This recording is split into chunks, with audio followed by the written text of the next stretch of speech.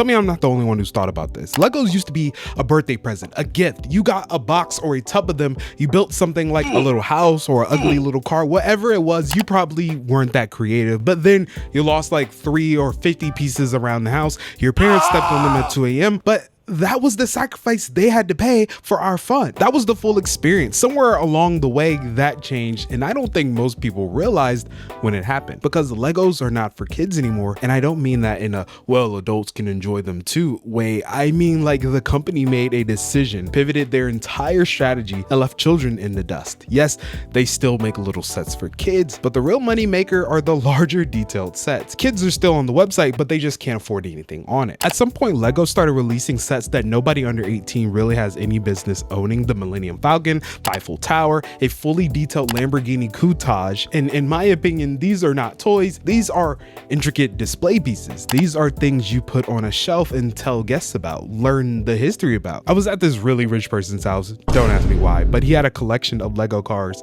I think it was like a Porsche and some other things throughout his house. They really look really dope. The Millennium Falcon has over 7,500 pieces and retails for like $800. A kid is not buying that, and I think it's like 18 plus, it says on the box. A kid is not buying that. I don't care how many chores he does. A kid's parents is not buying that. A grown adult with disposable income and a love for Star Wars is probably the one that's gonna buy it, and Lego knows exactly who that set is really for. Then you have an entire product line now called icons, not the kid set, not family fun, icon. That's the word you use when you're selling something to someone who has an opinion about architecture and buys things as an investment or as a centerpiece. The botanical collection, flower bouquets made of Legos for adults to put on tables next to real things, or people who like interior decorating. They released a set of the Friends apartment. Ain't no kid watch Friends. It's for adults who watched it in the 90s or mid 2000s during its resurgence and have the income to prove it. The nostalgia to wallet pipeline has never been more direct than it is now. And maybe it's because I have my adult glasses on now, but even the recommendation age on many sets is like 14 plus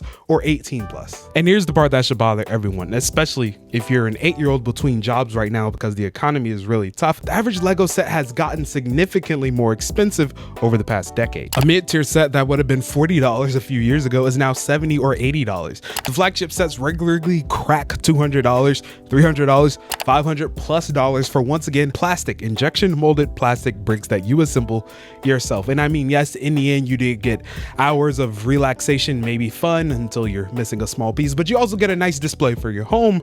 But the prices are still kind of getting wild, no? And I mean, people still buy them because what else are you gonna do? Buy Lego knockoffs? No, I'm not struggling that much. Adults buy them without blinking because adults have big boy jobs. Meanwhile, the kids who actually want to build something is getting a 200-piece Lego city set for Christmas, while dad quietly adds a $300 NASA Artemis rocket to his cart at midnight. And yes, I do have that Lego set, and yes, it is one of my favorites. I like the rockets. Now, to be fair, Lego does still make stuff for kids. It's just not the stuff anybody's excited about, but maybe that's me looking at it with an adult lens. The basic Duplo sets, the small city packs, the Ninjago sets, that look cool but snap together in 45 minutes and fall apart when you look at them wrong. The small little free sets that come with the expensive sets that you buy, like, I don't know. The prestige stuff, the stuff that gets announced and goes viral, that's all the adult content now. They released an original Game Boy Lego set. Once again, that's nostalgia for the now adults. Nobody's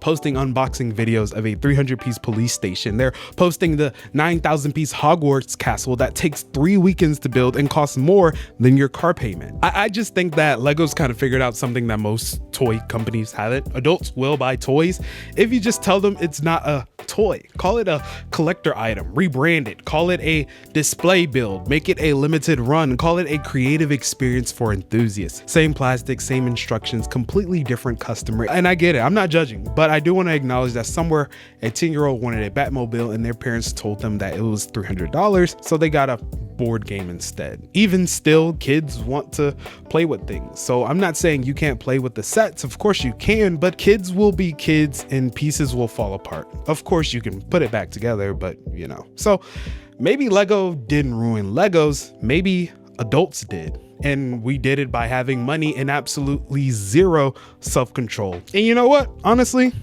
them kids.